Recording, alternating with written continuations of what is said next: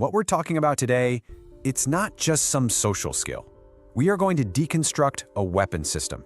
This is a masterclass in understanding one of the most powerful and, frankly, insidious forms of influence, manipulative flattery. This is the invisible architecture of control that's at play in boardrooms, in negotiations, in high-stakes relationships, every single day. So I want you to forget everything you think you know about praise. We're about to step into the world of the golden mirror. And this quote, man, it just nails the central paradox we're digging into here. We tend to think of praise as a gift, right? A sign of connection. But in the world of power dynamics, praise is often more like a high-definition thermal scope, aimed with just surgical precision. It's a tool that's used not to build you up, but to find the cracks in your defenses, to lower your guard, and ultimately, to take your strategy apart from the inside out. Okay, so let's get really precise with our terms here. Manipulative flattery isn't just a nice compliment. No, it's a compliance system. I want you to think of it as a neurological Trojan horse. When it's done right, it completely bypasses your logical defenses. And why? Because it taps into our brain's most primitive wiring, that deep instinctual need we all have for social approval. See, to our ancient brain, approval feels like safety, like a vital resource. And when we feel safe, our skepticism, our ability to spot a threat, it just switches off. So how does this Trojan horse actually get past the guards? How does it get inside the gates? Well, it shows up disguised as something we all desperately want, a moment of real connection. But as you're about to see, that feeling is actually the first step in eroding your own personal sovereignty. You know this feeling. We've all been there. You're in a meeting, maybe you're explaining a really complex idea, and someone looks at you and says something that shows they don't just hear you, they see you. They get your specific brand of genius, and it feels incredible. But what if that moment isn't just some happy accident?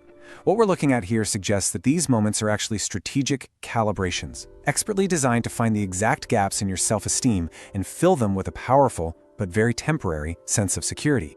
So what's actually going on inside your head at that exact moment is a phenomenon called induced gratitude. That praise acts like a powerful social reward. Your brain registers the flatterer not as a stranger or even a competitor, but as a high-value ally, someone who's providing a critical resource. And what does it do in response? It lifts the gates. That natural, healthy skepticism you'd normally have in a situation like this, it just evaporates, replaced by this warm, fuzzy feeling of trust. And this is the cold, hard operational reality of the situation.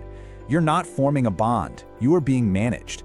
The manipulator isn't sitting there in awe of your greatness. They're looking at your ego with the precision of a surgeon holding a scalpel. They've just set what's called a validation baseline. This is that moral decay we see when good people end up handing over secrets just because somebody told them they were brilliant. You get so busy leaning into the praise that you hand over the keys to the kingdom, all because someone called you the king. So how does this system actually work in practice?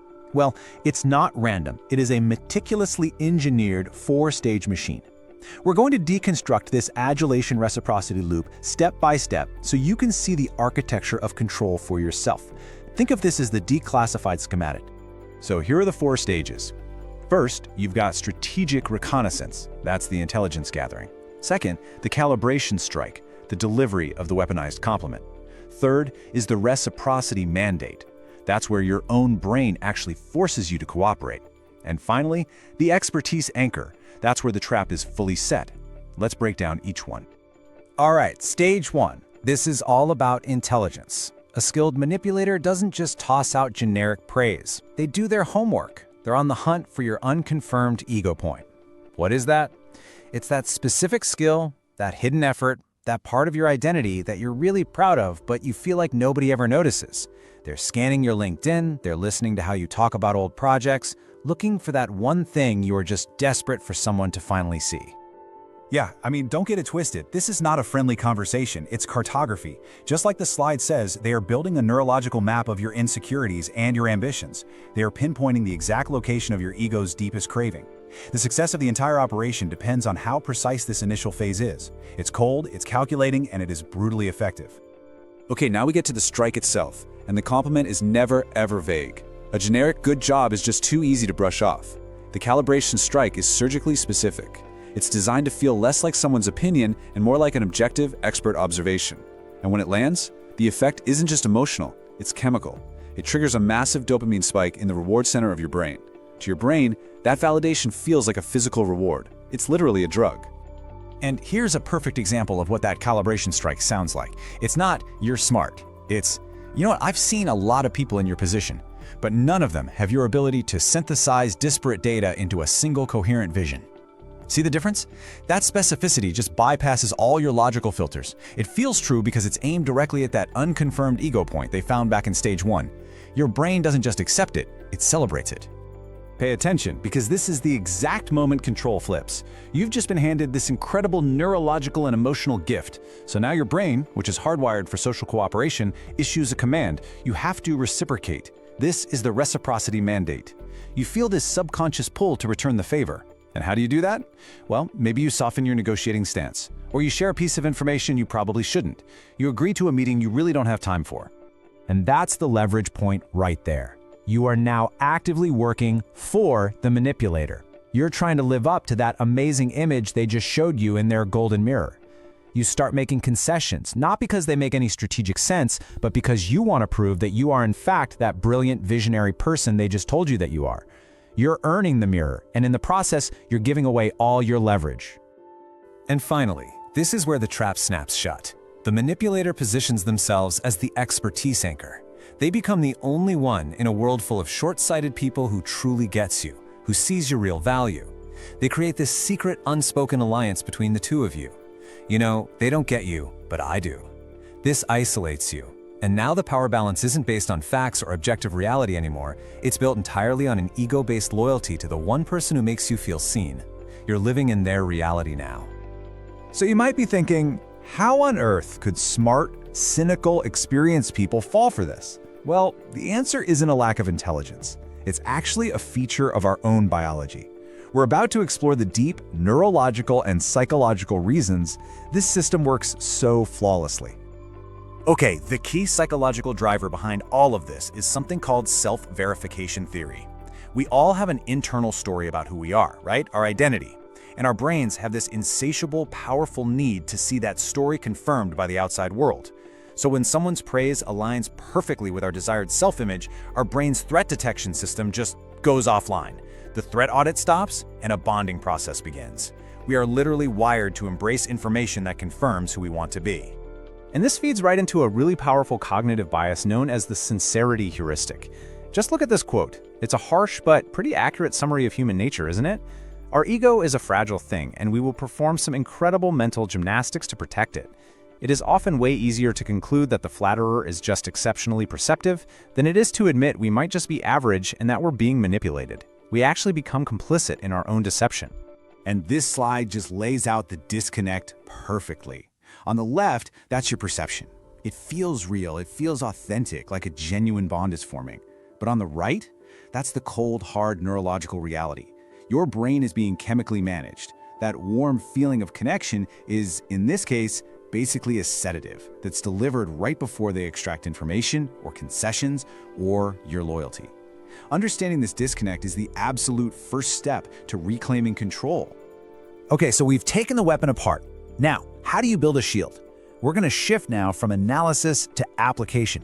And this isn't about becoming a cynic, it's about becoming a sharp observer. We're going to walk through a 3-step tactical protocol to help you maintain your cognitive sovereignty. All right, tool number 1 is what we'll call the transactional audit. The second you receive one of those high-value, surgically specific compliments, you have to strip it of its emotional charge. Turn it into cold data. And you do that by asking yourself this question: if I were a robot, a pure logic machine, how would this piece of information affect my next move? And the answer is almost always, it wouldn't. This simple act of relabeling turns their flattery into just another data point, and it hardens the gates of your logic center against that dopamine flood. Okay, next up, you need to use the skepticism anchor. As the praise is being delivered, I want you to immediately start looking for the price tag. Ask yourself, what's the implied ask here? What are they going to want from me in the next 5 minutes, the next 5 hours, or the next 5 days? By getting ahead of the request, you shatter the power of that reciprocity mandate. You reframe the compliment in your own mind. It's no longer a gift you have to repay. It's an advance on a debt they fully expect you to pay back with your compliance. And finally, the most powerful move, especially if you feel that loop closing in on you, you have to actively break the mirror. Don't just ignore the praise, correct it with objective data. If they say, "You're a true visionary," you can come back with something like, "I appreciate that, but honestly, I'm just very disciplined with the data." This does something absolutely crucial. It sends a powerful, undeniable signal that your ego is not for sale, and that your decisions are driven by facts, not by feelings. The moment they realize they can't buy your guard down, the entire narrative just collapses. So, we've gone through the mechanics, the psychology, the defensive tactics. But let's pull back for a second and conclude by elevating this from a simple tactic to a core philosophy of personal power and true authority. This right here, this is a critical warning. Let it sink in. The person who can make you feel special is the person who can make you act foolish. This deep-seated desire we all have for external validation is your single greatest strategic vulnerability, because the person who holds the key to your ego also holds the key to your behavior. And this brings us to the fundamental shift we have to make in high-stakes situations. Your goal is not to win approval. It's not to be the most liked person at the table. Your goal is to be the most objective person, the clearest person, the one whose decisions are anchored to reality, not to the validation of others. That is the seat of real power. And that leaves us with this one final command. The entire system we've just dissected relies on one thing: you looking outside of yourself for reflection of your worth. The ultimate defense, the ultimate source of authority, is to just stop. Stop looking for the mirror in someone else's hands. Your value is not determined by their praise. Know your data. Know your strategy. Know your worth. Own your reflection.